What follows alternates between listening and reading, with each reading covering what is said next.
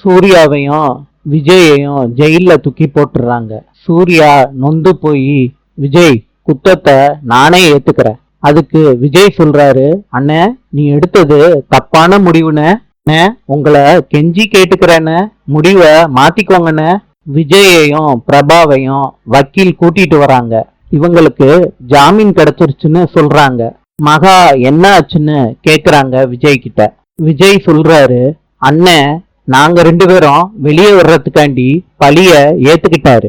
மகா கிட்ட நடந்ததெல்லாம் விஜய் சொல்றாரு.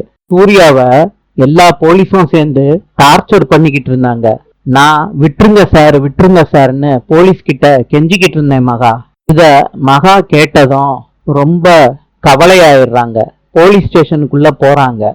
கான்ஸ்டபிள் கிட்ட மகா சொல்றாங்க, சூர்யா உள்ள இருக்காரு, அவரு என்னோட ஹஸ்பண்ட், நான் பார்க்கணும் அப்படின்னு சொல்றாங்க. அந்த கான்ஸ்டபிளும் அலோவ் பண்றாங்க.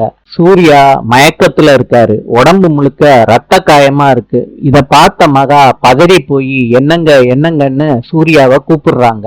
உங்களை போட்டு இப்படி அடிச்சிருக்காங்களே. மகா இத நினைச்சு அழுதுகிட்டே இருக்காங்க. சூர்யாவை அவங்க மடியில படுக்க போட்டுட்டு. நாளை சந்திப்போம்.